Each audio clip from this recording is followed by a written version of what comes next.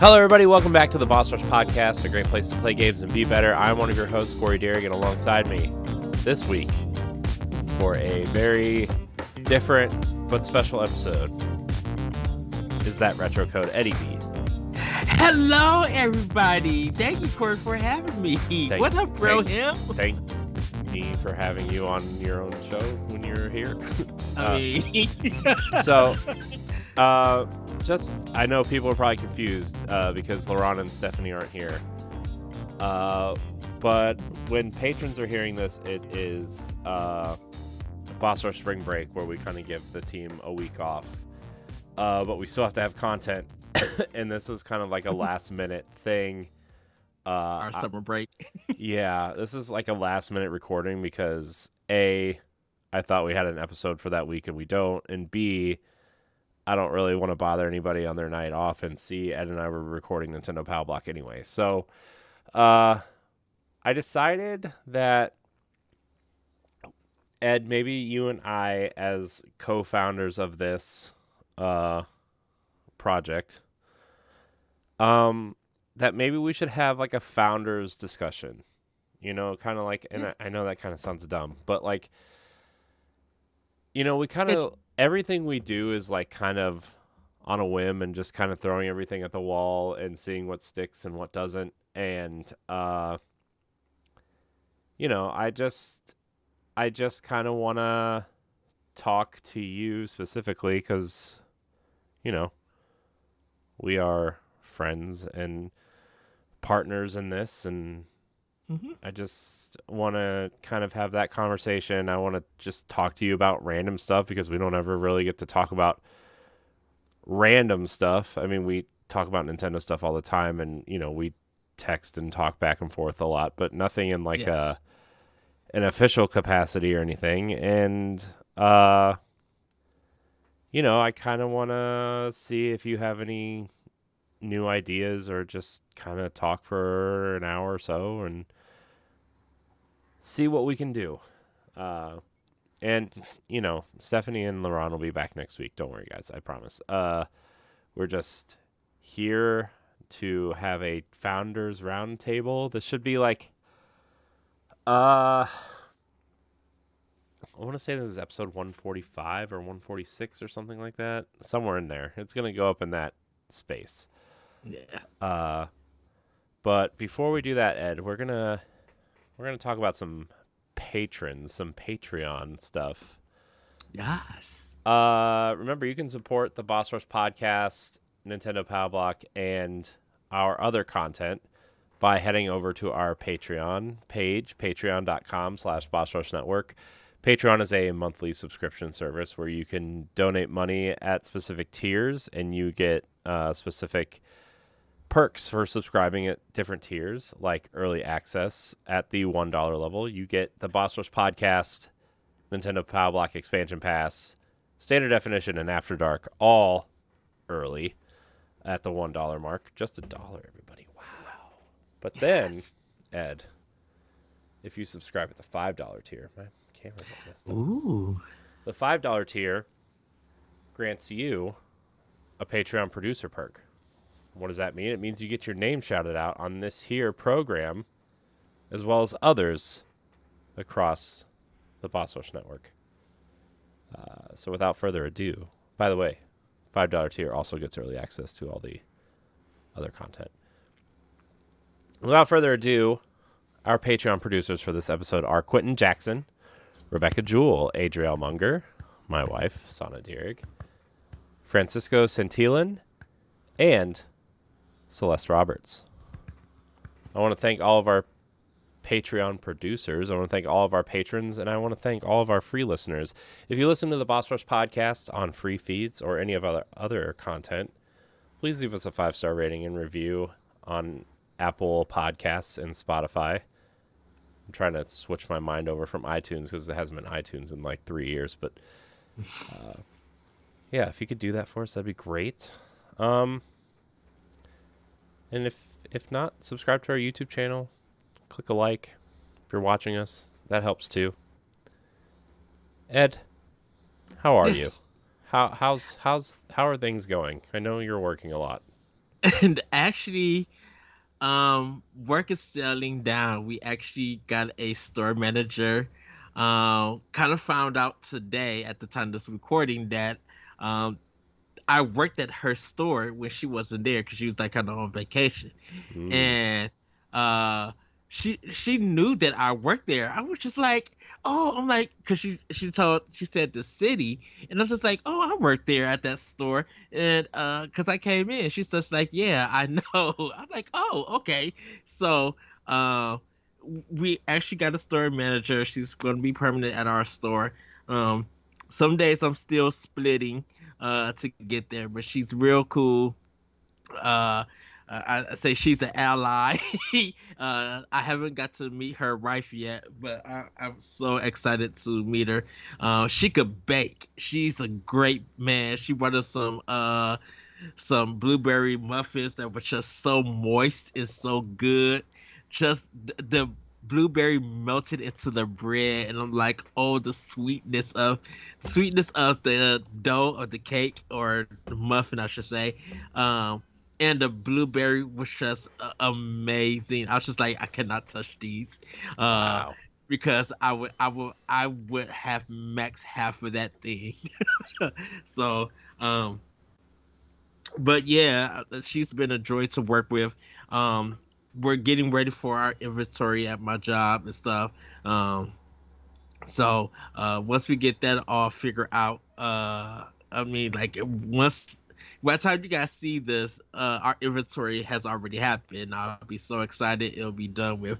Uh, but yeah, I'm doing really good, playing a lot of games, and um, something that I kind of noticed with a certain game, um, and kind of Nintendo in general, with some of their team slash mature games that kind of actually had me thinking about something, and we may discuss it on Expansion Pass, Corey, or we may discuss it here if you care to. Um, it really got me thinking, and I remember on an old pod block, or when I asked about, should like Nintendo talk about certain mature things and stories and stuff, and kind of realized that they actually do. We just don't pay attention to them if you think about it. um but yeah, other than that, I'm getting back into the groove of things of writing, on for the writing team for Boss Rush. I know I've been away for so long for doing it. Um, You and so me it's if both. yeah, I when literally what people don't understand is when my old store manager left, it literally changed everything at my job. Hmm. So there was just so much going on and everything. Uh and so now I kind of feel like I'm back in, things are settled down. I'm back in a creative space, and I could once again write. Um and like, shout out to Stephanie. She did I did a better recently, and she helped me edit it and got me back like on track and be like, okay, now I see what I need to do and everything. Um because like I've been away for so long, and it kind of just felt like I forgot a lot of stuff. Sorry, everybody, I'm getting up in age, and I'm getting forgetful at times. I'm sorry. I'm trying to get that youthful spirit, trying to get that remembrance on of doing stuff. Um, but yeah, that's kind of where I'm at. I feel like I'm really in a good space mentally and physically. Well, physically, I need to start working out again because I see my tummy's getting out there, and I'm just like, yeah, I Mm. might have to cut down on some snacks and some fast Maybe we food. should make But Snacktendo once a month, Ed, instead of every week. oh shoot, no, no, because there's just too much goodness out there sometimes. What we're gonna do? Be like, Corey, I had a salad. Me too. Yeah. Okay, it's time for family news.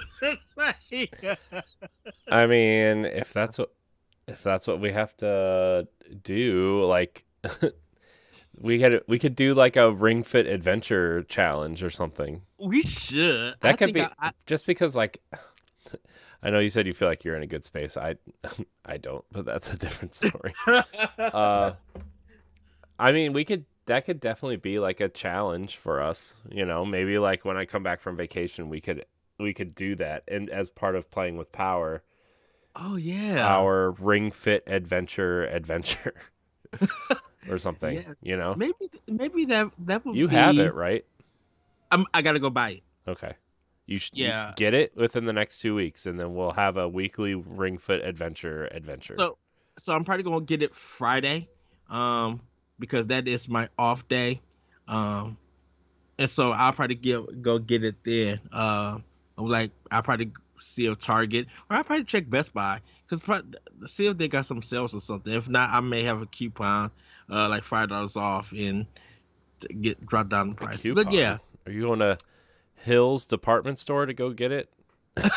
no. So with me I ordering Best Buy I and know. their I'm just program messing and with stuff, yeah. you. I'm just kidding. Oh. Just like coupons are like. We're gonna sit here and cut out the coupons in my newspaper. Can I tell you, folks keep leaving coupons around my store for the adult diapers. Maybe they're trying to tell you something, Ed. I'd be like, where the heck is this coupon for these adult diapers? Or they'll leave it for candy or Dove. I'm like, where the heck does this stuff come from? It'd be a mess, dude. I'm like, oh wow. But Wow. yeah.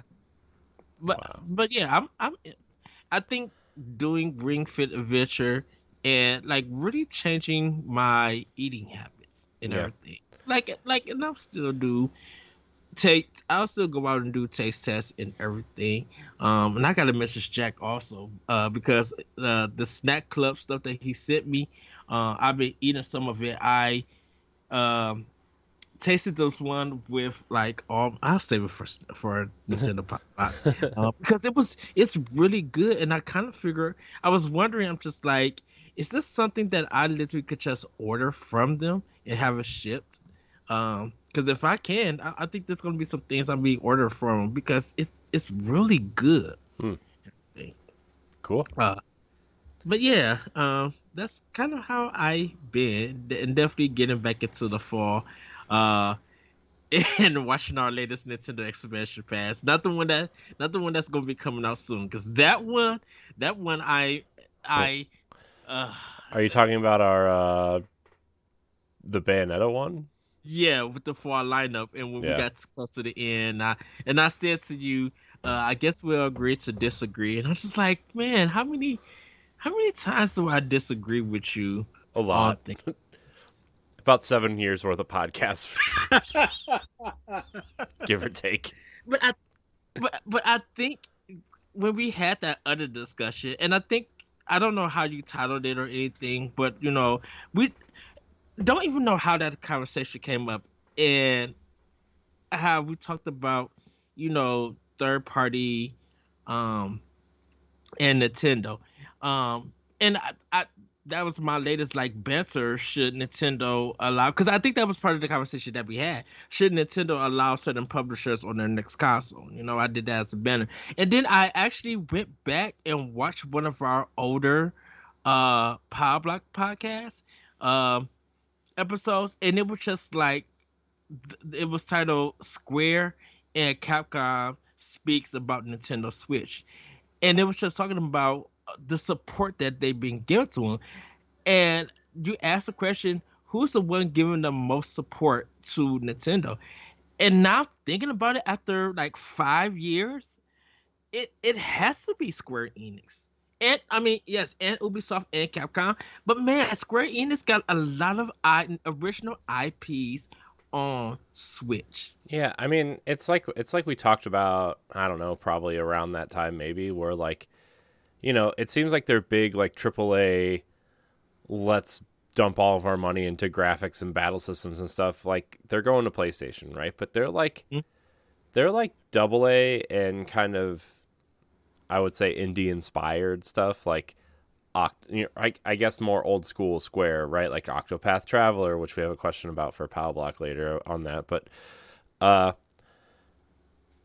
Octopath Traveler and Live Alive seems to be doing pretty well for them, which I didn't really know what kind of game that was, and I heard it. I was listening to, I forget what show I was listening to. Oh, last week's Game Scoop, where they were talking about it, and I didn't know they were like It's almost like Octopath Traveler, where you're playing these little vignettes and they all kind of tie together at the end. Yeah. It sounds really interesting. I kind of want to play it now. It sounds like it's a lot shorter than Octopath Traveler, though, which is great. It is. So it was kind of almost like Saga Frontier in a Gross. sense. Don't tell me that. As in where you can select different characters to start. Okay. Because Live is Live wasn't. Saga Frontier is it's quite possibly the second worst RPG that I've ever played. Like I give props to I have my problems with Wild Arms. Wild Arms is still functional in a sense. Saga Frontier is just a mess of a game. Like you can't grind in the game. All the enemies, like the difficulty is ramped up from the start of the game, and it's just like I don't got time. I can't grind to fight you guys. Like it could literally take 10 hits for my whole party dead, game over. And then there's barely any save files. Saga Frontier is a mess of a game. Yeah. Yeah. I mean, my son is still up. He's hitting this phase where like he won't go to sleep because we're trying to like get him to fall asleep in his crib, but his crib's really close to the door and the light, so he'll like open the door and close the door and turn the light on and start playing, and it's just not working. So you can hear him kind of playing in the background. Sorry, everybody. But yeah, I mean, Live Alive seems really interesting. Bravely Default, they've brought, I Am Setsuna and Lost Sphere, which I know were kind of PlayStation first, but see, I Am Setsuna, yes. Lost Sphere, not really. I think Lost Sphere was new for everything because I have the physical Lost Sphere for Switch, which is kind of weird yet nice. Weird in the fact that I had to order this from Square Enix. Like in order to get this game. Oh, that's right, because it was a Square store exclusive. Yeah, and I kind of like that in a sense. I wish more companies would do that, where like I could just order straight from them instead of waiting to see if it pops up on Amazon or not. Right. But because besides Nintendo and the Xenoblade Chronicles collection, that was just a mess. Yeah, did you see it went up on the store the other day again for whatever? And like I guess on launch day, you can pre-order it for another release in like October or something. Yeah, because I think it's the UK or something. Oh, it's such a huge mess. Yeah. I think the only like real AAA project that they ported over to Switch was Dragon Quest. I mean, unless you count like their older games, which are pretty AAA still. Like, I don't know. I still think Final Fantasy 10 and 12 are awesome on the Switch, but. And then we got that Final Fantasy 15, like. Oh, the Pocket Edition, yeah. The Pocket Edition, yeah. Which wasn't terrible. I know we made fun of it a lot before it came out, and then I played it, and I was like, oh, this is actually kind of fun, and actually probably better than the main version. I mean, we got the sequel to The World Ends With You also. Yeah. On there. Yeah. Which I know you said you didn't enjoy. Yeah, that was weird. I just nope. I was waiting for you to send it to me. Sorry. What? But like the Secret of like I love the Collection of Mana. I mean, because Secret of Mana is one of my favorite RPGs, but like I said, I never got to play Trials of Mana, the original one. And I always seen it in EGM, but it just never came here. But man, come on, Capcom, I want Breath of Fire. No, not Capcom, Square. I'm sorry. No, Capcom. Yes, I'm sorry. Oh, good. The thing is like some of these old school companies need to license that HD 2D engine from Square and let like because like how cool would something like I don't know, not even an RPG like Ninja Gaiden look on that, or I don't know, what are some other classic games that would look cool in that art? You know what I mean, though. But like, yes. I think that there are some games from other companies that would look really awesome. Like imagine like an upgraded like original Metal Gear would Oh look in that, and that yes, top down perspective would actually give it some depth and look like really cool, you yes. know? Um Shoot. Give me Fantasy Star 1 and 2. oh no, Like I Fantasy Star, yeah. I definitely Fantasy Star one of these. I didn't even know they did like a remake in Japan. It may be here in America, but like remake Fantasy Star One and all of the problems that they had. Like I would play it, or yeah, or license it to Sega so we could get Fantasy Star 5. Like Yeah.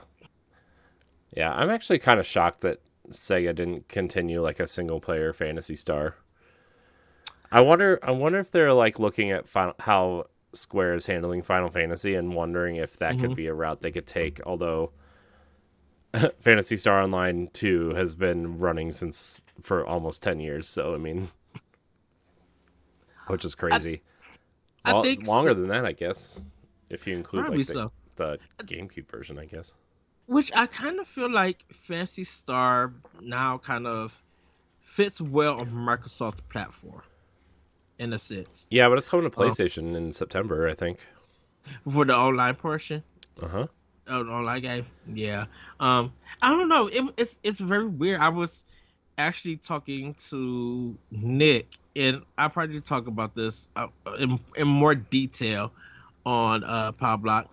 Um, I was talking to I messaged Nick because him and the guest was talking about Stray on their podcast, and I kind of told him because he said that man, hope Stray comes to Switch, and I kind of feel like I don't want Stray on Switch, and that's a really odd thing for me to say it, but and I think it's because of me playing the whole game. Like I said, I'll speak on that on Pablo, but I don't know. I think there's sometimes when I experience it again that I'm glad that I experienced it on that particular console and be like, yeah, this don't need to be on Nintendo. Now, don't get me wrong, I would love it for it to be on Nintendo, but that's a really odd and kind of sometimes hard thing for me to say that I don't want a game on a Nintendo platform because I like it where it's at. Well, And not trying to be gatekeeping or anything, but I don't know if have you ever felt that like you played the game on another console and you kind of feel like it shouldn't stay on it shouldn't go to a Nintendo console. I mean, I don't really care because I think that every game, like, for the most part, like every game should be on everything. Hmm. Um, I mean, I've felt that way about playing other games on a Nintendo console that maybe it shouldn't have been. Like Assassin's Creed 3 and 4 on the Wii U, like pretty much any third party game on the Wii U, because I Oh play them no. all for this show or for Power Block. But I mean, I I don't know, man. I just it's the and I know it's cheesy, and I know somebody's gonna make fun of me, and I know people who listen to this show, especially people in Boss Rush, are gonna make fun of me for saying this, but it's like the Phil Spencer quote, or the the prepared Microsoft statement quote that Phil Spencer said is like, however you want to take that, when everybody plays we all win thing. Hmm. It just like we're in this era now where like crossplay is pretty much mandatory across the board, and cross progression, and uh save data transfers, and deal, you know what I mean? Like we're in this era where all that really counts for something, and it doesn't matter, and we have tools like Discord or Skype or Zoom to talk to people while we play games Hmm. that aren't necessarily linked to the consoles. And it's great now because Discord is coming to Xbox and PlayStation, right? Which is awesome because, especially a big Destiny fan like I am, uh, having a Discord is going to be awesome because, hypothetically, if I ever made other friends outside of a couple friends that I play Destiny with, I could use Discord to talk to them.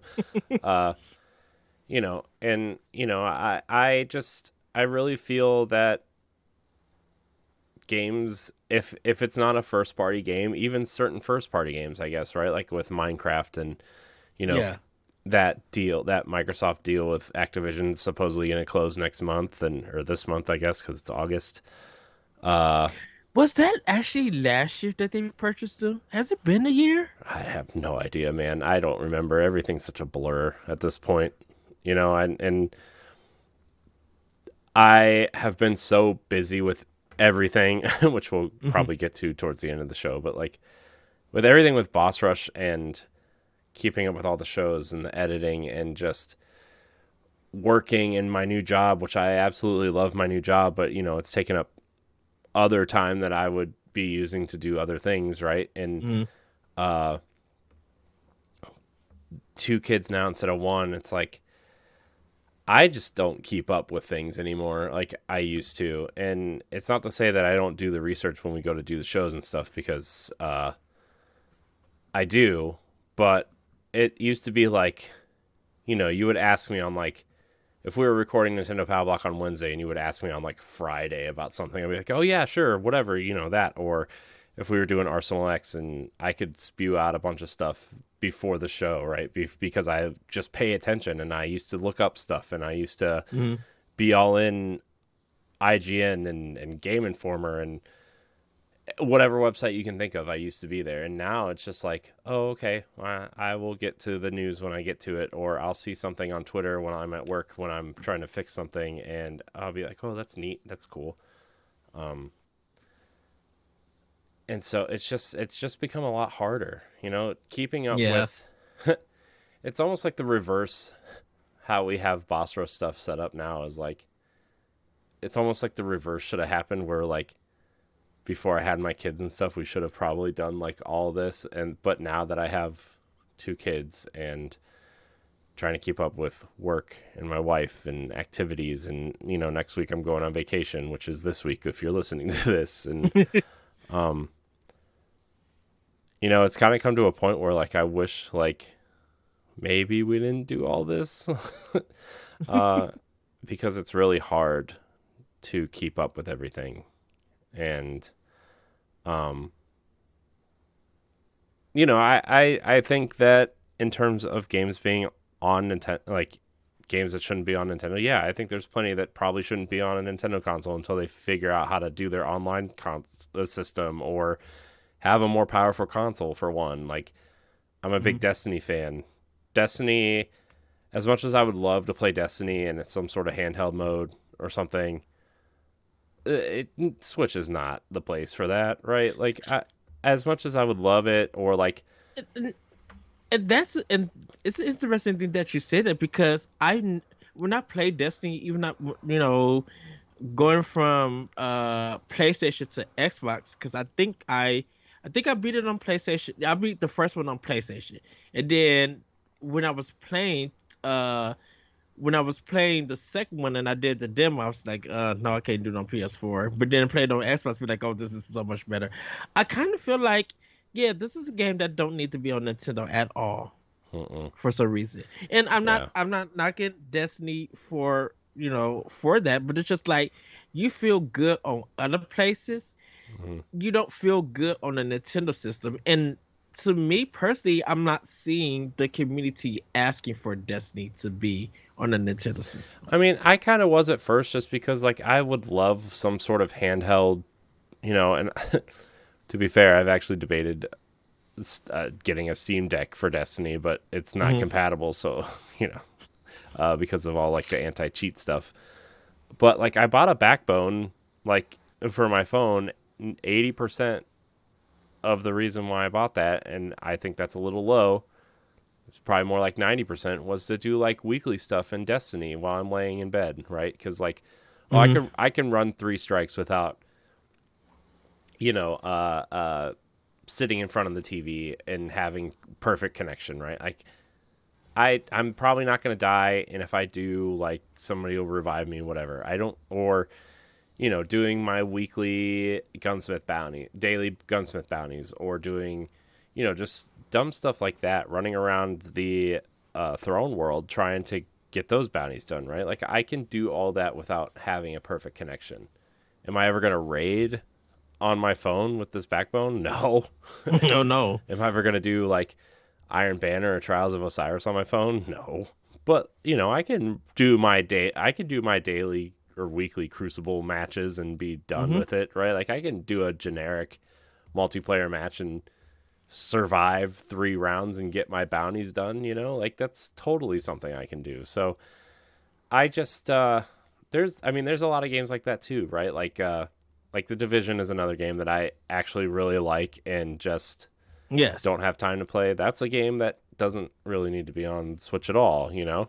No. But then there are games where I would love to have a Switch version, like Assassin's Creed Odyssey is a game that I absolutely adore, and I would love to just play handheld mode on Switch for hours and hours and hours. Yeah, and because that world is so big and there's so much to do, taking that on the go with your Switch would just make sense. So, like, if you on a train ride, or if you're, if you're just doing something where you're traveling or you're going like even on an airplane and stuff and you're able to do it and you want to like get through the game or just play something from here and there, I feel like Switch is good for that. Yeah. For a game like that. Yeah. And I think with like something like, oh, go ahead. I'm sorry. Oh, I was going to say, and I know like Assassin's Creed 2, 3, and 4 are on the Switch and they're good ports, but like I tried to play Assassin's Creed 2 a few weeks ago, and I played for like 3 or 4 hours, and it definitely shows its age to the point where I'm like, maybe I don't want to play you, at least at that moment, I was just like not prepared for that because I had been playing Assassin's Creed Odyssey, right? And Assassin's Creed Odyssey feels so good to play. Like the movement's perfect, the combat is awesome. I need to install it on Series X because I got the digital version. Right. I want to see how. Well, it has the Series X upgrade for free. I want to see how good it is. Oh my gosh, it's like to me. That's like, and I know this is an unpopular opinion, and I don't really understand why, but Assassin's Creed Odyssey is like a top 10 game of all time for me. I absolutely love that game. And not to say, Valhalla. I know Dude, I've bought all the DLC for Valhalla because I'm like, I'm going to play this after Assassin's Creed Odyssey, and I'm still not done with Assassin's Creed Odyssey, and I started that game like 2 years ago. I need to start it up. Yeah, I since it was been on sale, it's always on sale. Yeah, it's on sale right now for like, I think the base version is $10. And dude, that's a lot of game for $10. Exactly. Yeah, I think I'm gonna install it. I think once I need to get Tomb Raider off my system. I might just delete Tomb Raider. Just come back to it when I feel like it. Those are by the way, those are games I feel like would be great on Switch. Yes. I mean, they're not. I mean, at least see, I would even say Shadow would be all right on Switch, but those games are 360 games. Yeah, I think.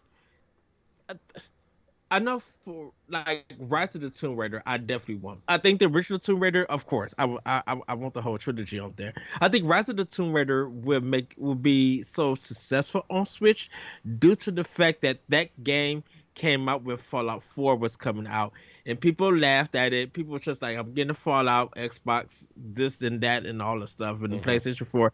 And then Rise of the Tomb Raider came out on PlayStation 4, and it still didn't do nothing. So I'm just like, put it on a system where I think gamers and the community would be like, that's intriguing that you guys are putting this on Switch. I wonder how it plays and if the game is good. And I have a feeling that the game will do probably well for it. I think people would be like, how did I miss this game?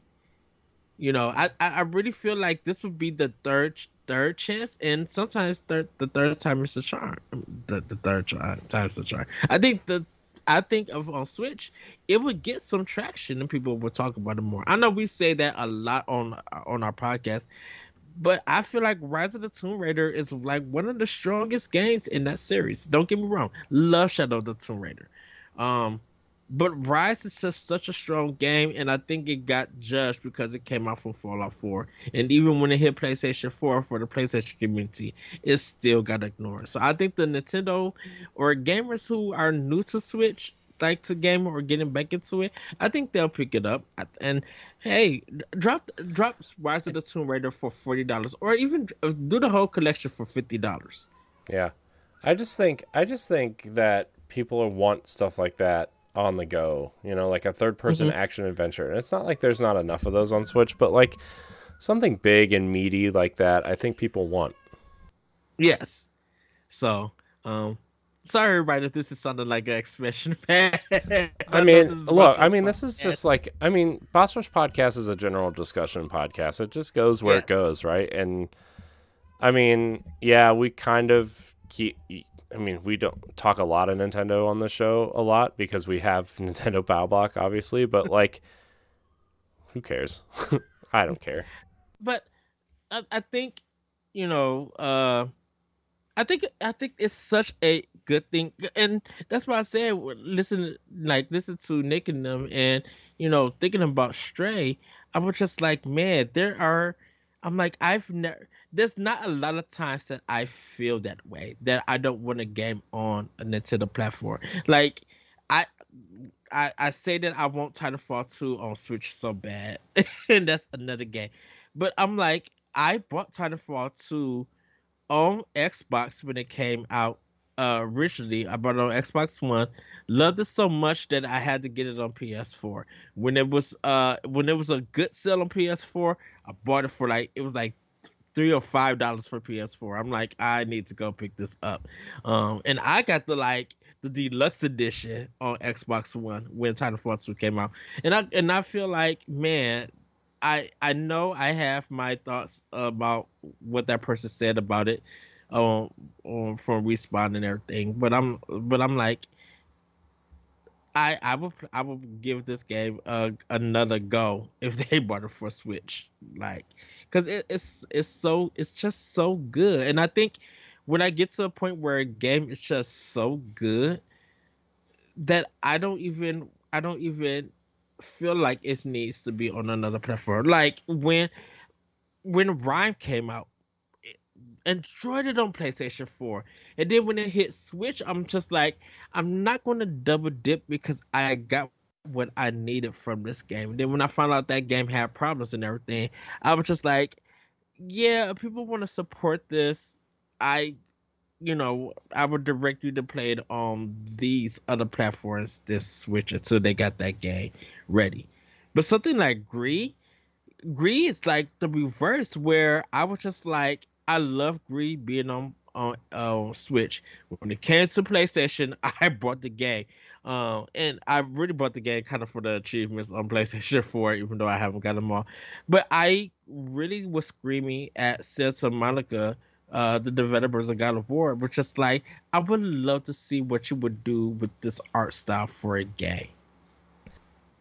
Well, I think that I think that you could take because like I think what would be cool for like a like God of War, right? There's Hmm. this huge gap between 3 and 4, right? Yes, I'm calling it God of War 4 because that's what it is.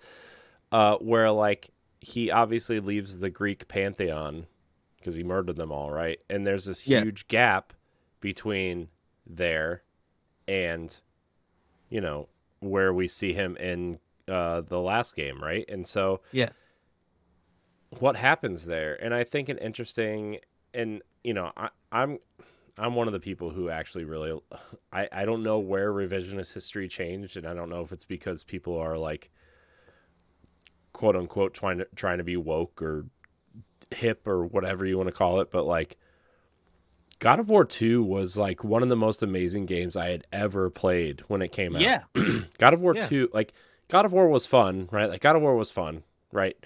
It was interesting, it was cool.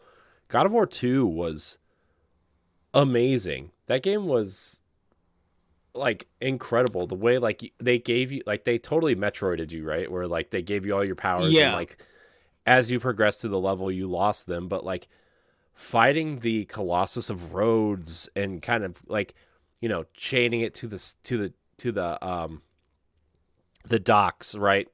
And kind of taking it out and then climbing up inside and kind of taking it out from the inside, and you would like that was one of the most amazing openings to a game ever yeah. ever. And God of War 2, by the way, top 10 game for me as well. uh I feel like God of War 2 was so clean. yeah, Uh like I didn't have no problems with God of War 2. I think what I had a problem with God of War 1 is that sometimes it was a little bit challenging. You were Hmm. fighting this way, and it's a well designed game. But Especially God when of you get War, to the temple on the back of the Titan, right, where like you're trying to yeah, get to oh, Pandora's good. box or whatever. Yeah, Yeah, that whole section was like, you had to twist the stairs a certain way, and like it was easy to get lost in there. Like I like the concept, but it was really easy to get lost in mhm. there.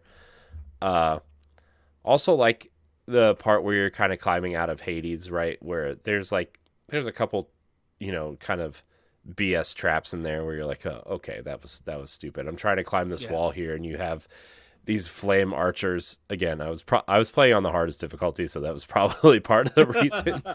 Uh, but yeah, I even like Ascension. I thought Ascension's story was pretty cool. The prequel.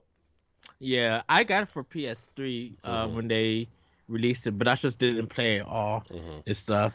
Yeah, Um, but like after you like take on the entire Greek pantheon, it's like kind of hard to go back and do a prequel, right? What they should have done is led with Ascension on PS3, right? mhm. And then, concluded with God of War 3. I think that would have if you switched those, I think Ascension would have, you know, reviewed a lot better cuz obviously it looks amazing. I think Ascension looks really good. The boss fights were really interesting, and then but that's besides the point. Yeah. But back to like this interstitial place, right? Where like I think you could do like a 20 or 30, quote unquote downloadable game, whatever, uh, to kind of tell the story of Kratos' journey between, you know, the Greek mythology and the Norse mythology. How did he get here? Why does he have a beard? Like, how did he build his cabin? Like, you could totally do that. You could How do, did he remarry? yeah, like you could kind of go through that and sort of like almost like I don't want to say a journey esque type of game, but you could totally do something interesting in that way, like a 90-minute kind of thing, Yeah.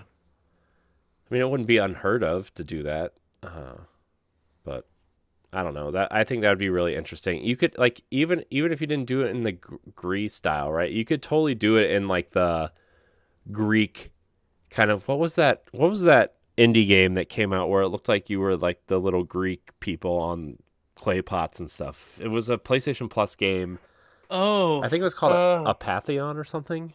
I think so. Yes. Yeah. And like you could it was like a Metroidvania style game. But like you could even do something interesting like that, or I don't know. But I think you could do something interesting with IP that aren't exactly what you expect from the IP, you know. Hmm. I mean, God of War, I think you would have to have a little bit of combat, but I think that kind of hack and slash works, and it would be almost like a beat 'em up type game, you know. And you don't have to do it like the whole way through, but you could have combat sections and puzzle sections and side-scrolling storytelling sections, right? And Yeah. the storytelling doesn't even have to be fully animated, right? Like something that I think Destiny does really well with its seasonal events is they create these little, almost like animated art cards, right? Where it's like a black and white kind of drawing, and that kind of there's a narration over it, and then the scene changes when they move through the story. Yeah. I don't. You could do something like that. Yeah. I think I think that kind of narrative and storytelling to fill in the gap of stuff is something that I would definitely love to see Sony dive into and everything. Yeah, that's I think that's cool when you play a game and something about it makes you wish that another developer would take a look at it and incorporate some ideas in that same style and present it to people, or present it to gamers and stuff to be like, hey, we love the style that they did with Gree, uh so we're gonna borrow this star or have give it our take, and not and whatever you want to do with the production and everything, but we want to tell this narrative using this style. I think that's really cool and stuff. And not I don't feel like it should be like a rip off, but of course I'm down with stuff that pays homage to someone else's style. When we look at Jet Set Radio, um, to me personally, that's the introduction of cell shading. And then you look at Wind Waker, who Nintendo, they took that art style, but yet made it their own also, and just like, yeah, we can do cell shading, but we're making the colors and the palette look different. Um, well, Jet Set Radio is kind of hip and cool and punk and everything. We're taking that cell shading and we're mixing it with this watercolor look to it and everything, but yet clean and simple. So both are doing cell shading, but they're doing it in their own different way, in a sense. And you can respect both and love both, which a lot of people do. You know. Yeah. Sorry, I'm trying to mute myself when I'm not talking because, kids. Yeah. So I mean, there's a lot of again, I'm not like probably the best person to talk about indie games on this show because like I don't really care, but I think there's a lot of I mean, I do care, but you know what I mean. Like I don't care the way that a lot of people do around here, and so and Death's Door is the first indie game I've played since Gree, right? And so, right. What does that tell you? Gree came out in what, 2019, 2019, 20? 2019. Somewhere in there. 18 or 19, yeah. Such a banger year still. So, I mean, well, I guess Shovel Knight DLC too. But anyways, my point is like, I'm at the point in my life in terms of like where my family is and the amount of time that I have to play games is like, I tend to be drawn to the IP I already know to play. Yeah. And by the way, I saw some great videos of Horizon Forbidden West the other day. And it was like really the first time I'm like, man, I wish I had a PlayStation 5 to play that. Like, yeah, I need to return to 4 with PS4 to finish it. Oh man, I love Horizon so much. I want to play the new game so bad, but I don't have a PlayStation 5 and I'm not going to spend $550 just to play the game. But gosh, that game is like the most beautiful game I've ever seen in my life. Yeah. Oh my gosh, man, Horizon. Like that's what I'm talking about though, because like you could do something interesting with Horizon, and look how many art styles Aloy's been in and has just fit. Like you look at the Monster Hunter stuff, you look at Fortnite. She's been in. There was one other thing. I mean, her costume was in Sackboy's Big Adventure, and it's like you could do something really interesting with Aloy in some like a smaller experience or like a Horizon style game. Like, what if you did like a city builder, but in like the world of Horizon where you kind of grow your camp up and you have to learn how to, like, you have to grow your tribe and you have to fight off some of the robot dinosaurs, or maybe that would literally be interesting to see. Or you like train some of them and like some of them to protect for you, or you use certain, you know what I mean? Like you could grow a civilization in the Horizon use. I think that would be super cool, but like, yeah, that's something that these companies aren't ever going to do, right? They're going to leave that to City Skylines or, Frontier with Planet Coaster or something, like one of these sim style games. But I think that's why and I'm using Nintendo with Ubisoft with Mario Rabbids. I'm like, when you can't do something like that, but you still want you still want that kind of idea in that universe or that series, it's okay to go out and let someone else do it. I don't know if Sony has ever did that or anything, but I think that's why I kind of love that Nintendo has let Ubisoft take Mario and create that Mario Rabbids, and look how great that game came out. And I kind of feel like even with Nintendo working with Microsoft to allow them to do Minecraft with Mario stuff, but only bring it to Nintendo.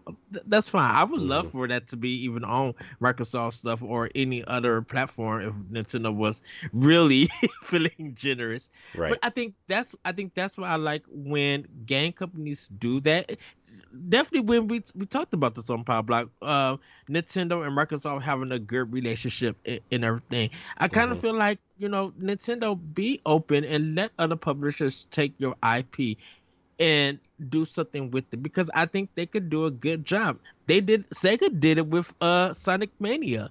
They let a whole different independent company Well, it take the started as a Sonic mod. franchise. It started as a mod Yeah. project, and I mean, after that game came out, they closed the studio down. But after that, Oh well, remember, no. Sega bought the studio, and after Sonic Mania came out, I think they like closed the studio down or something. Something ridiculous happened after that game came out, and it was like a Did huge, not know that. yeah. Maybe I'm thinking of the movie. I don't remember. But yeah, I mean, like, I would love to see a Sonic Mania sequel. I liked Sonic Yeah. Mania a lot, and I I bought the Switch Collector's Edition. I have the big Sonic standing on the Genesis statue, oh nice. which I will display at some point in my house. Uh, so I just bought it for Series X for like $10, and mhm. so I can't wait to play it there. The reason why I didn't buy it on Switch is because I'm like, Yeah, I'm but you like can play it with the I'm Genesis controller, Ed. I don't have the Genesis By the controller way, though. Nintendo, release a 6-button Genesis controller, please, so I can play Street Okay, Fighter for real. that I would do. I would wait for a 6 button to do that. Uh, but yeah, I think it was just like because I was buying some other games on that I wanted on Xbox, I'm like, well, this has a cart and I can do this all in one. Something that Nintendo doesn't have yet. Yeah. Nintendo, invest in that. Please get that. This is two things that I want Nintendo to really do. A, get where I could just tap my credit card on my Switch and buy games. Oh no, that's B, dangerous. No, that's so dangerous. B, uh, literally, um, get a cart system so I can buy multiple Oh games. yeah, cart system. I can't believe they don't have one of those. But Yeah. so did I tell you the other day? So I set up my Switch to where like you have to put a password in to buy games because like if I was a responsible adult, I would put my Switch away every time I used it. But no, I usually lay it on the arm of the couch and then I'll leave for work and then it's like under some pillows when I get home. I'm like, why is my Switch laying here? And it's because my kids are playing it. Well, like I put a password thing because I'm like, well, what if because I caught Miles doing the touchscreen stuff and he was like in the eShop, right? And so Uh-huh. I put a password on my eShop and I'm like, I can't buy anything. What's happening over there? Fire. Oh, Fire truck. uh-oh. And I put a password on so he couldn't buy anything. And I was like, all right, that's great. That's a great idea. Well, the other day it was just me and him here while Riley and Sana were out. And I had the Xbox on because I was checking something. I needed to check something on Destiny, and so I left the room, and I had just turned my Xbox on. I came back, and he spent like $30 on something, and like I don't know what he spent it on. In Destiny? No, on just Xbox in general. Oh no. He bought something for $30, and I have no idea what it is. Did you check your email? Uh, so the thing is I didn't. I had my phone in the kitchen, and I was like checking email stuff, right, for work and just some other things going on, and I deleted all the emails that I wasn't working on. And like, I mean, I could go through my junk mail, but Yeah. it's not that big a deal. It was just like, oh my gosh, he spent $30. What did he buy? Why do I feel like And there I is should. some? Here's the thing. I should have learned that a while ago because he did buy me South Park at one point too. Uh, like 2 years ago, or not 2 years ago, but like 6 months ago, right? He couldn't have bought it 2 years ago. He's Did he play his first mature M-rated game? yeah, because like he was just screwing around, and like he bought me South Park on Xbox, which was cool, but I already own it on Switch, and I'm like, I don't need it on two platforms at this point. Oh man. South Park, by the way, those games are great. If you like Paper Mario, you should probably play South Park. I didn't like the first one, but I think I'll probably end up picking up 1 and 2. The first one's better.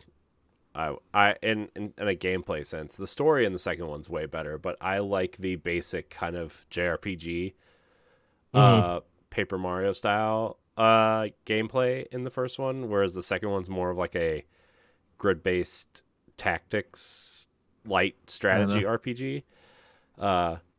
So but anyways. I'll probably revisit them on Xbox then, cause I think I own it on PlayStation, but I think I'll probably get it on Xbox because they're always like on sale and it's cheap, and I'm like, you know what, let me give this one a fair shot, because like at the first or second hour I was just like, it wasn't the gameplay that I was mad about. I think it was just like the story and the stuff was just like kind of irritating. I'm just like, I don't have the mind frame for this. Like, this is irritating. That's fair. Yeah.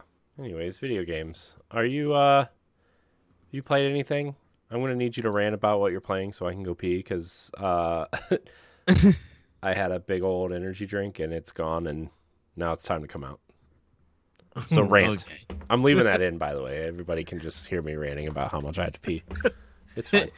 And away he goes. So I am playing Xenoblade Chronicles 3, everyone. And you'll probably hear more about it, or probably the same thing on Nintendo Pop Block if you check it out.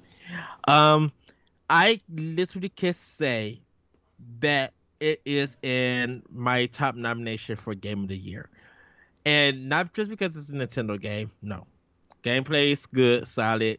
There's a lot of cutscenes, so if people who are already playing it know what I mean.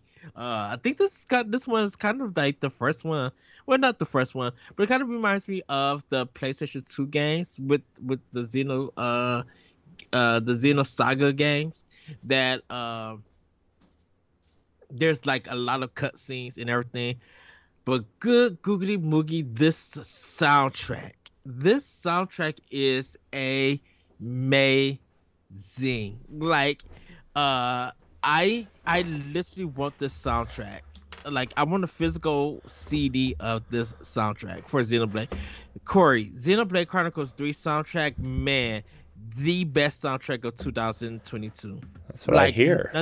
Nothing is such, like, people get into battles just to hear the music. People look forward to the boss battles because of the music.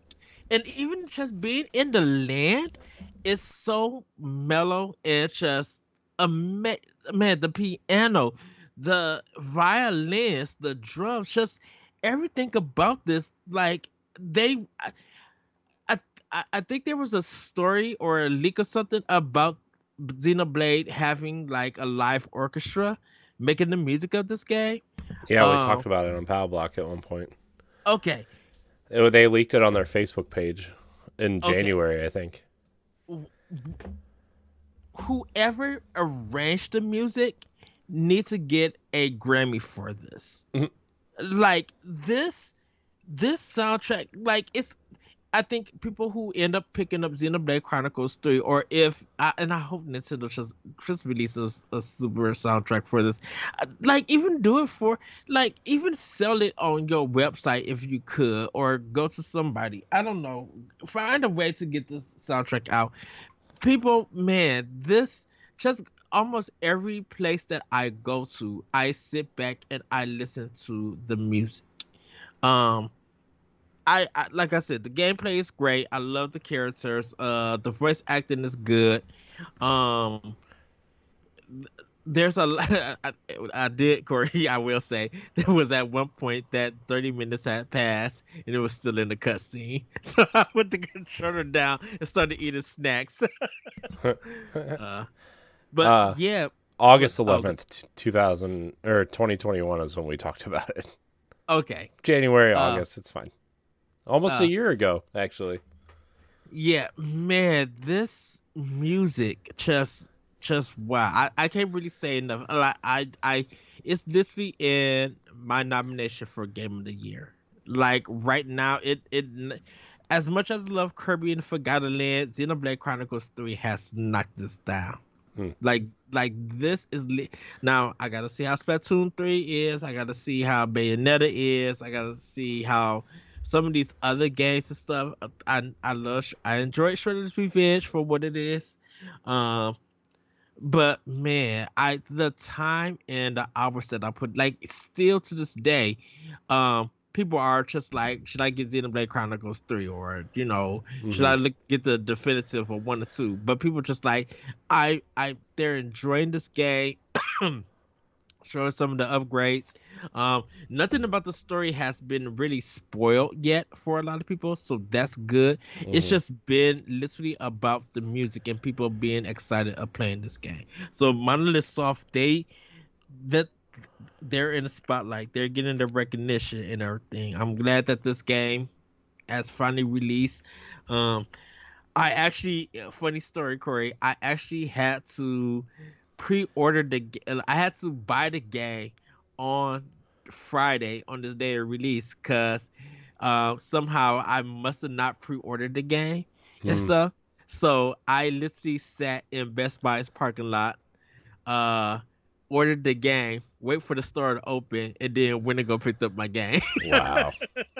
Wow. uh, and then um scallywag my way home in my car.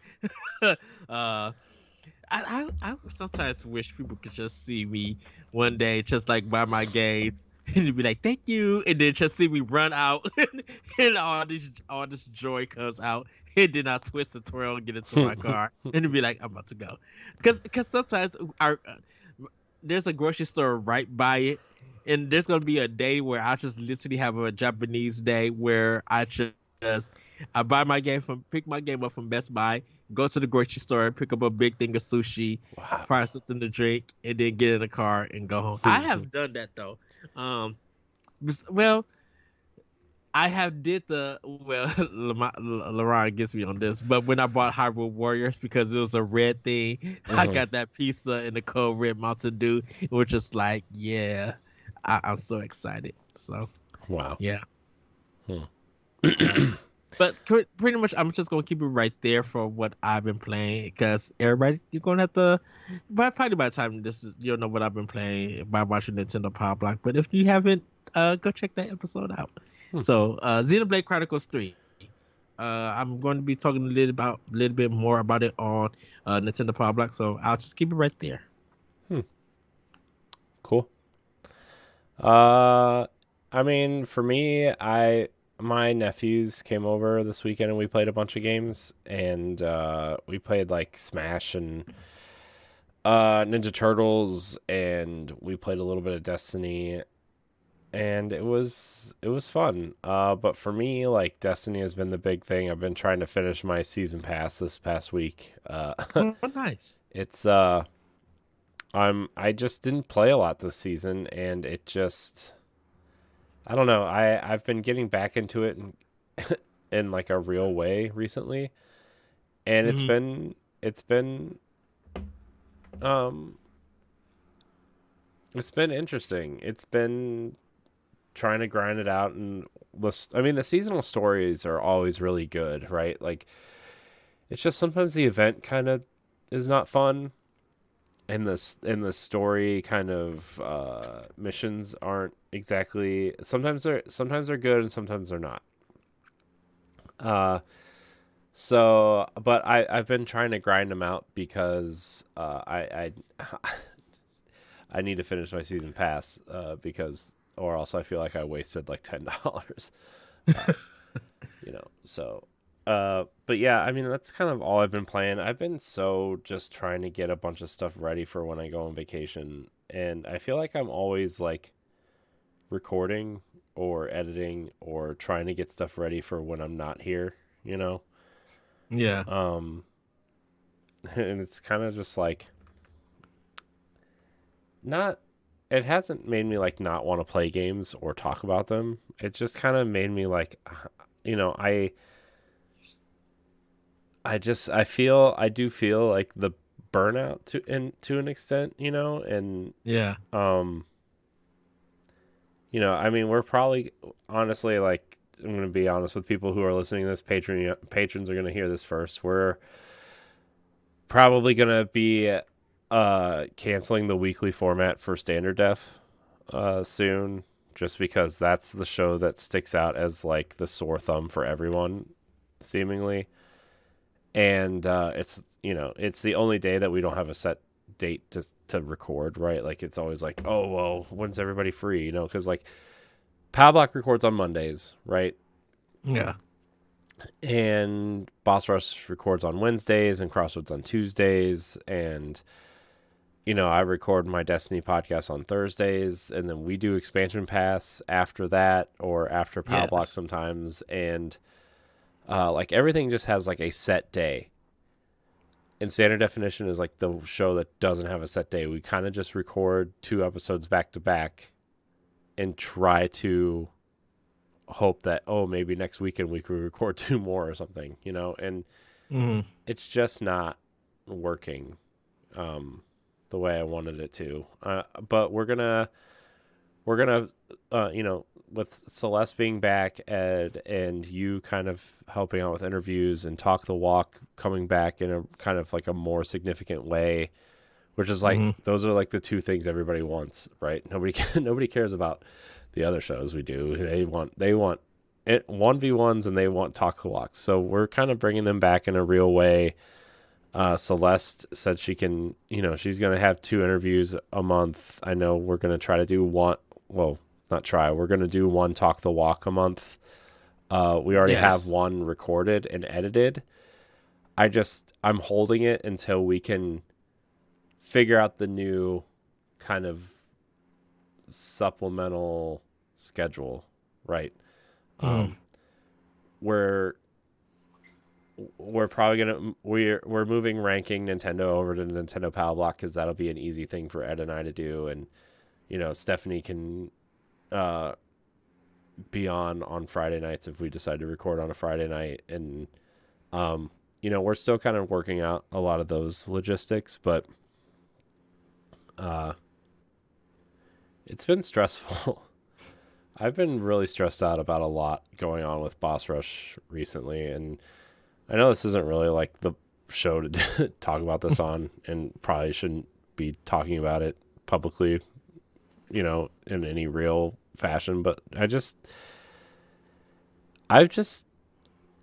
you ever have that feeling where like you kind of just are doing things and doing things and doing things and doing things, and then you just kind of forget to have fun doing it? Because you feel like so much pressure, like people are expecting the things, like the content that we put out, and people are expecting, you know, we have to deliver the Patreon stuff, and we have to like get all this stuff organized and scheduled, and it's almost like people are, to me, like I have this weird thing in my head where it just feels like people are counting on us and people are counting on me to do all this stuff, and I'm like putting a lot of pressure on myself, and people keep telling me that I don't need to, but I feel like it just won't stop. sometimes it's a mental thing, and sometimes it's a control thing, and it's sometimes it's a routine thing that you get into this routine that, okay, we need to do this because if we're not keeping up and we're falling back, then we're not delivering the stuff that we promised, and this and that, and it gets draining on you mentally. It gets it doesn't it for some people, they don't realize that yes, it is a lot of content that needs to be recorded, but then it doesn't feel natural. And sometimes listeners can notice to be like, yeah, something is up with it. Something doesn't seem focused, you know. And I think what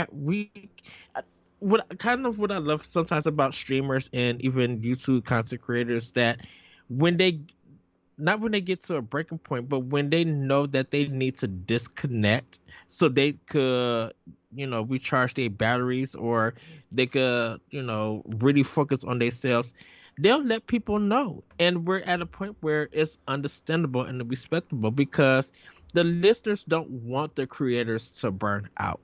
There's a lot of content that's out there for people to go and visit and listen to. And yes, we got our weekly shows that we got to keep up with, because there's a lot of stuff that we want to discuss, and some opinions that we want to express, and recommendations and food things we want people to try out. But we also want the listeners to have fun, and you know let us be their escapism when they want to, just escape from the world and just hear something fun, or play a game, or clean, or they want to do something. They come and listen to us and hear what we think, or laugh along, or find a new phrase or something that one of us says, and everything. It's good for that. It's good with that. But like I said, I think people will understand that when you need to take a break and you just need to recharge your batteries, you can recharge them. Go ahead and take the break, so you don't do it. I think, you know you've been doing this for such a long time and everything. I mean, we Um, both have, though, right? I mean, yeah, yeah. But I think sometimes that I think when people tell you something, you say yes and you agree. I think, but sometimes you get into your head that you still got to do something about it. You still gotta get to it, because you won't be able to rest, or your mind won't focus until you get your hands on it and everything. And it's kind of hard to break away from that when you've been doing it for so long and yeah, everything. Uh, yeah, but I could I do know what you mean, because it's just like, you know with optional opinion and stuff. It's not that I stopped doing it. I still, want to do, not want to do, I still got to do it and get back to doing this stuff. But there came a time where it just be like, man, I'm out of ideas and stuff. But I got to get a show up every week, because I'm on someone's network. I'm feeling the content that network is missing. And when I'm off of it, I got to make sure that I still provide everything, because I got a lot of topics, a lot of things that I want to speak about and get out there, and I want to make sure that I do it on a daily basis. And things change. We get into something that we got to keep up. We're excited for it because it's new content, but like when things come weary on you, or there's life changes and stuff, it kind of affects your creativity and your execution and everything. So and I do and what you mean. and it. I feel like we do all these. We have all these like really interesting ideas, and if this was our day job, right? If like we Hmm. got to do this 8 to 10 hours a day, like these would all be wonderful ideas. Yeah. And we try to, and well, at least for me, I try to cram it into like 3 hours a day, uh, and for the most part, like it's been working, but like I don't know, we've just never had anybody to tell us no before. You know what I mean? Like I feel like, at least me, I just need that person to tell me no when an idea comes up. And like standard definition, our idea for standard definition is theoretically a great idea, right? Yeah. I want to talk about classic stuff, or like my favorite movies from when I was a kid, or you know, I think our execution was kind of poor, and I think the way we kind of did it randomly was kind of poor. Um right, like I think we should have done all of Ninja Turtles at one time, all of Indiana Jones at one time, right? You know what I mean? Like we're jumping around Have too much. have stuff banked Well, not even in a that. sense. It's just like we should have done all six Ninja Turtles movies weekly. Like for 6 weeks, that's all you're hearing is Ninja Turtles, Hmm. right? Or for 4 weeks, all you're hearing is Indiana Jones, right? And I just don't think we executed that show correctly, mixed with everybody's schedules, and trying to schedule that show has been a pain. Plus, like, adding an extra show to my plate was not great. You know, like, my biggest relief was, like, I mean, no offense to Arsenal X, but the biggest relief was when we decided to kind of put that show on hiatus. I was like, finally, I can have a weekend day where, like, I just don't think about any of this stuff, right? Yeah. And I'm like, oh, well, let's start up Standard Definition. Somebody should have told me no, right? At that point. I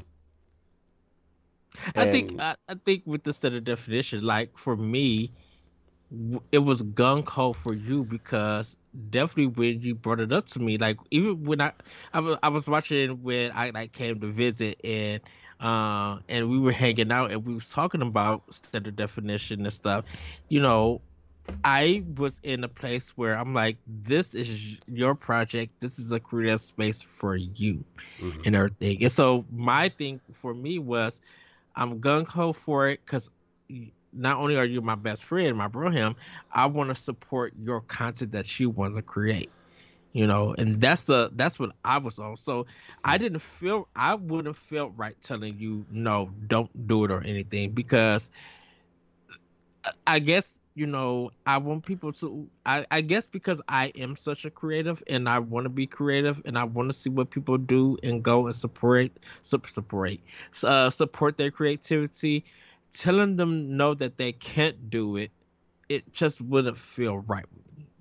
Yeah, but You know. there's a way you can tell somebody no without saying no, right? Like, that's Mm-hmm. a great idea. Put it on the list. We'll get to it when we have time, right? Like, and I know this is all kind of like hindsight's 2020 or whatever, right? Like, I was talking I was talking to LaRon and Stephanie the other day, and I like just about back and stuff. And I know people that work on the website listen to this, and I don't want this to feel like any slight towards people who work on the website and write for the website and whatever. But like, if you and I and Jesse were to start this today, there would be no website, right? Like that, All right. that it just wouldn't exist, you know. But of course, like, you have to weigh it where, like, the website, look how many cool people we've met through the website, like, Yeah. you know, like, you know, uh I mean, LaRon and Celeste we met, like, through podcasting and stuff, but, like, you know, David and Stephanie and Lamont and uh you know, all these other cool creative people that we've met through the writing team. So, like, it's like, I don't know, would we be where we're at now? Would our trajectory would have been different? Yeah, I don't know, but I don't know. That's like one thing too that, like, gives I, like, lose sleep over too, is like, this website is just, it gives me, and I'm not even, you know, technically running it right now, right? David is, and he's doing a hell of a job at it. I just, Yeah. the website gives me a headache, and scheduling stuff, and I'm at a point where, like, I'm just tired.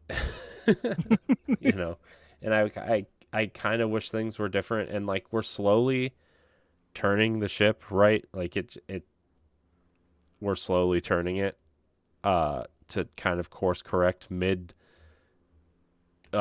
you know, mid voyage, I guess you would say, to try Yeah. to kind of, you know, we launched a Patreon with a great set of content, and for a while I believed we could deliver that content, and we're at a point where, like, oh, maybe we should switch it up a little bit and try some new things out, because we can't keep up with the content at this pace without people burning out, you know. Yes. And so we're going to try some different things there. We're going to try some different things with Patreon, specifically you know, Standard Definition, and you know, we're still going to have supplemental stuff. We're not taking anything away from patrons. We're just changing some of the things that we deliver early. Mm-hmm. You know, because I don't want to, like, take away something and then, you know, quote unquote, charge the same price to get it early or be a Patreon All right. producer, right? It's kind of a dick move, you know. So, I mean, I know we're on the cheaper end of Patreon in terms of being a Patreon producer and early access type stuff, right? Like, Yes. but still, we have this product. We want to be fair, and you know, I'm gonna use some time to figure it out. And on the content side, right? Like, my priority now is like Nintendo Power Block and getting Nintendo Power Block content out. If I need to miss a Boss Rush podcast, like Stephanie can host, Laron can host, they can bring on guests if I need to miss a week, right? Like, I want to get to the point where we can do that and not feel bad about it. And by we, I Right. mean by we, I mean me, because I told you that, and we're gonna wrap up soon. I'm sorry for this kind of whatever this is. I've told you, and I've told other people, my biggest regret was leaving Nintendo Power Block for that 6-8 months Mm-hmm. of episodes, and and I miss Jacob being on, right? Like, I really do miss Jacob. I thought he brought a great energy to the show, and I know he's kind of going through some stuff, and he's moving and transitioning jobs and trying to figure out what he wants to do creatively right now in between. And Yeah. I miss him dearly. I miss having but I miss Power Block, and I think transitioning you to the host of that show is like the biggest win for that show. I just regret not being on it. And so my ideas are going to I'm going to try to, like, I mean, obviously the week of Boss Rush summer break, I'm going to try to at least clear my mind of things. Although I won't. I'll probably make lists and try to. My thing is when when you go on vacation, go on vacation. Now, I expect food pics. That's pretty much what I expect. Anything else besides a Nintendo Direct, literally a Nintendo Yeah, Direct have you to do. watch. You watch. I mean, the Pokemon Direct is on Wednesday, right? Or the Pokemon Yes. Presents. We may need to work on that on what day? Probably Friday. Friday. Yeah. Yes. We'll Um, try to do something for that on Friday. With l- Stefan, with the- I mean, uh, Lamont can join us too. I guess I forgot we're not doing ranking Nintendo on Friday. We're doing TMNT. But yeah, we'll get that out on Friday, which it'll be up by the time you guys hear this. I don't know why I'm telling you guys this. yes. On the Why Nintendo do I have? Why did it just pop in my mind that okay, Wednesday's the Pokemon thing, and then that following Wednesday is the Nintendo I'm Direct, telling and you, I'm dude, this happens every time. The Pokemon Presents is always a week before a the week or Nintendo two. Direct. If The my thing dude, is going to, I if it happens, please Corey take the day off on a Wednesday because I'm I'm going to be at work in the morning, but I'm going to be off the at thing the is direct. Wednesday at work is my busiest day at work. It's my busiest day. Like, Ah, it's so busy on Wednesdays for me that I eat lunch on my desk when busy. you know. ah, Uh but no, if a Nintendo Direct happens during my vacation, I'm gonna call you and you're gonna record the Skype call, and I'll have to edit it. Uh uh, but because yeah, I uh, mean, like, oh I feel goodness, like the thing is, I know I've been kind of negative the last like 15 or 20 minutes or so. Not negative, but kind of like down on myself and like trying to figure things out. But I actually feel Mhm. like, at least for like the base shows, right? Like, I think Nintendo Power Block and Expansion Pass are on a great trajectory. I think we have a good plan in place for adding Ranking Nintendo and like other bonus things for Nintendo Power Block, right? Yes, Nintendo Power Block is on a solid trajectory. The Boss Rush podcast, solid trajectory. After Dark is Patreon's favorite show. So that's on a great trajectory. I think the episodes that Celeste are on on Patreon are doing very well. The first one, at least, did very well last week. The part now where we used to offer standard definition weekly is the part that's something we need to work out, right? And it's going to be a mixture of 1v1, which we're adding the community interaction tier back on Patreon, the $3 tier. We're bringing that back probably in September.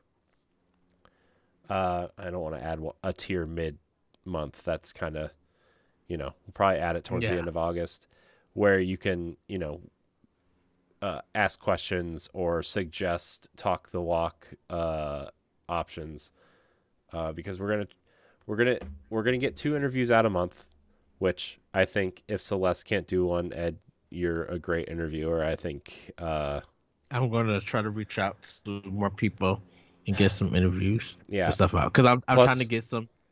Oh no, I'm sorry. Go ahead. Oh, I just I want to do like a reintroduction of all of the content leaders. So that would be you, me, Laron, Stephanie, and Celeste. Obviously, you would have to interview Celeste. She's not going to interview herself, although that'd be a pretty hilarious 1v1. One me one. Ha. One me one. Oh jeez. Okay. I actually went and watched our first. I know they're so bad. I hated that episode. I hate it so much. I don't want to talk about it. Hold on. Did you interview me or vice versa? Yes. Wait, which one? You're trying to escape. Yeah. No. So we're gonna do that. Standard definition is gonna continue in some capacity. It's not gonna be weekly. You might. I mean, so we're definitely gonna finish TMNT. Yes. We're definitely gonna finish Disney animation. Marvel is kind of on hold right now. We did finish phase 1, so that's okay. At least we got through one phase. What was the other thing we're doing right now? Ranking Nintendo. Okay, so ranking Nintendo is going to be like a fill-in type of thing too. If we can't, we're gonna try to do that. We're gonna finish ranking Nintendo. I'm not sure how that's gonna fit into standard definition anymore, but we're definitely gonna finish that, and it's gonna become a new bonus show for Nintendo Pow Block. It'll probably be bi-monthly, so 2 episodes a month. I guess that'd be bi-weekly. So twice a month, we're going to try to get those out, where, obviously right now we're ranking the consoles with Stephanie. We're probably going to do Zelda next as a franchise. So, I mean, we'll talk about that on Nintendo Pow Block, but like, these are the things that we're kind of considering starting in September. August is going to be the last month where you get standard definition weekly. Again, we have 2 Talk the Walks recorded and ready to go by the time you hear this.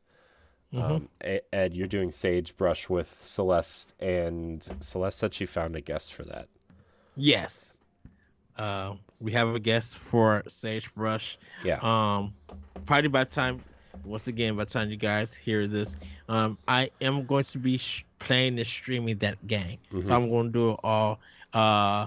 I think what I'm going to do is I'm going to record it on Twitch, download it, and then upload it on my YouTube page for people to go see. Because I did that for Agree and everything. So in case if we need a reference or everything, people could go there and be like, here it is and stuff.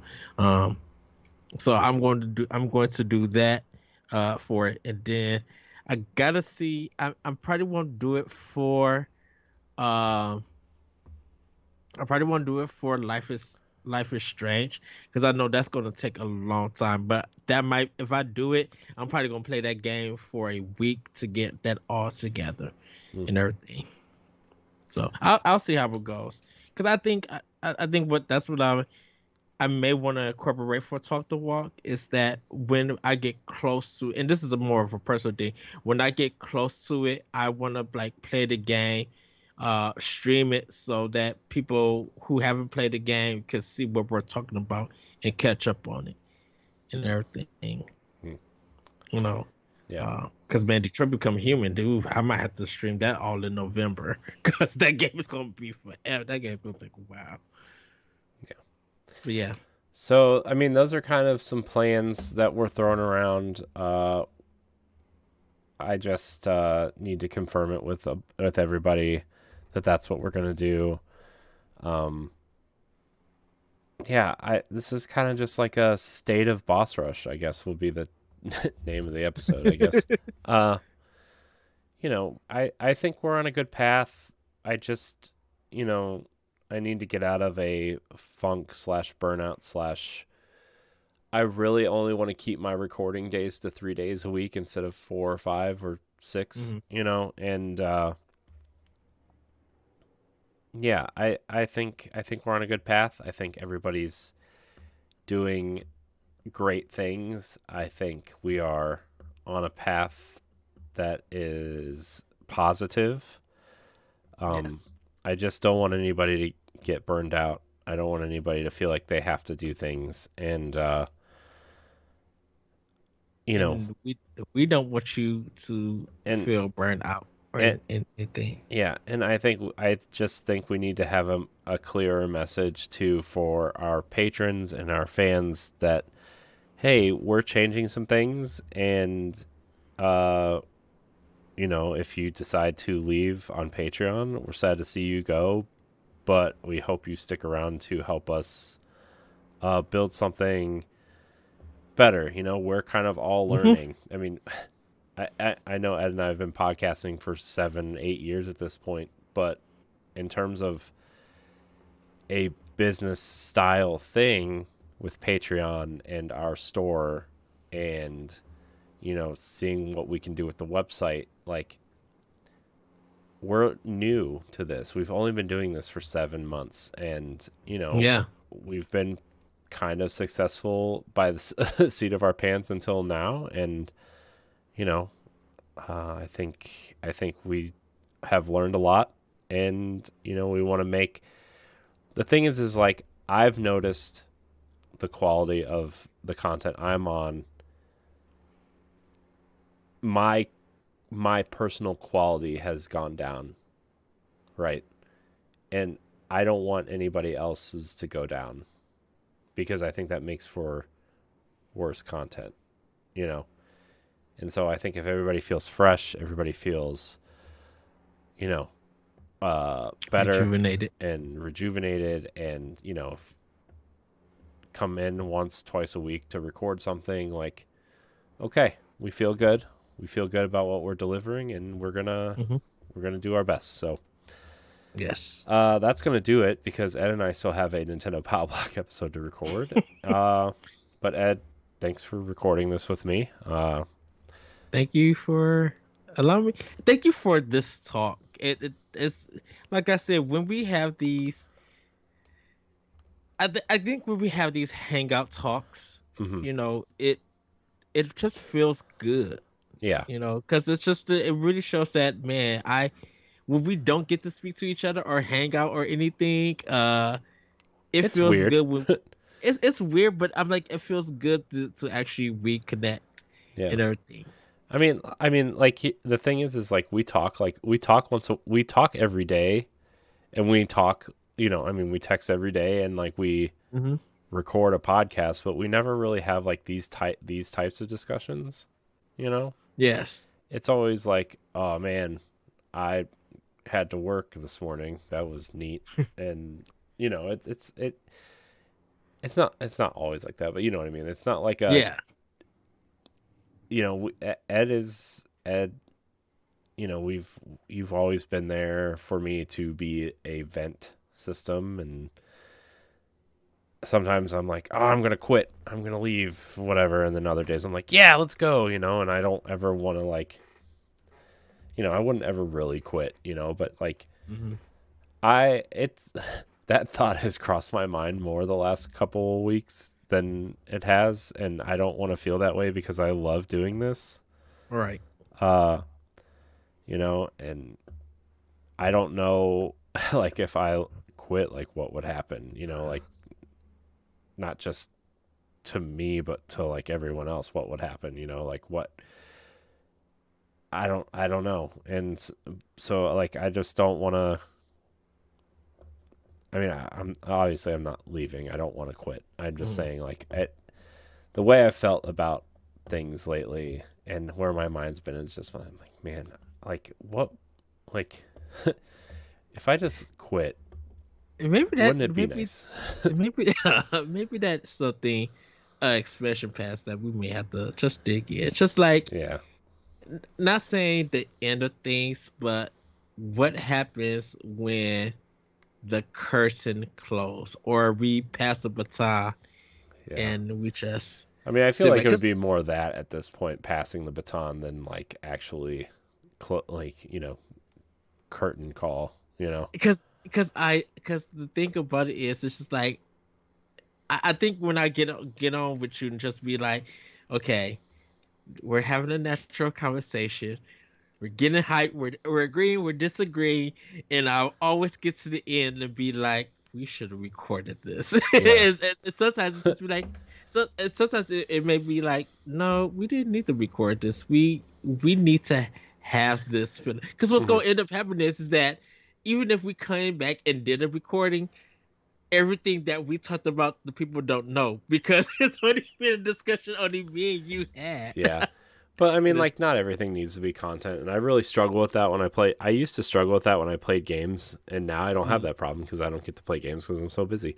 But very true. In all seriousness, though, like, I really struggled with that for a while. Where like, oh, I'm playing this game, I should be streaming it, and then I should be archiving it on the YouTube channel and stuff. And I'm like, not everything has to be content, not all of our discussions have to be content, and not, it's just not everything has to be recorded. And I feel like sometimes we get so caught up in what we're doing and the zeitgeist and YouTube culture and Twitter culture and just social media and all this stuff where like everything has to be content for someone or another, right? Like every comment you make on Twitter has to be a content for someone, or every video you upload, or somebody said we should do TikTok or whatever. I'm like, no, come on, like not everything has to be that way. I do think some TikTok stuff would be interesting, but I don't know what we would do. But anyways, I'm gonna end there because yes, we could go for another hour and a half on this subject, and we don't have that kind of time. So thank you guys for sticking around for this Boss Rush podcast episode. If you want to follow the Boss Rush podcast, you can follow us on Twitter at Boss Rush Podcast. You can follow us on Twitter and Instagram at Boss Rush Network. If you listen on iTunes or Spotify, please leave us a 5-star rating or review. If you want to support us, you can head on over to Patreon, patreon.com/Boss Rush Network, like many others do. Ed, thank you for your time tonight. Where can we find you? You guys can find me on Twitter at ThatBretcherCode, and I'm going to leave it at that for this episode. You guys know the spiel, where to find me and everything. But right now, find me on Twitter at ThatBretcherCode. You can find me at I am Corey HD on Twitter and Instagram. You can find me and Ed both on Nintendo Power Block. Check out all of our other content. Go to bossrush.net, subscribe to our YouTube channel, all that stuff. You can follow Laron at Exodus803. You can follow Stephanie at Klimov_author.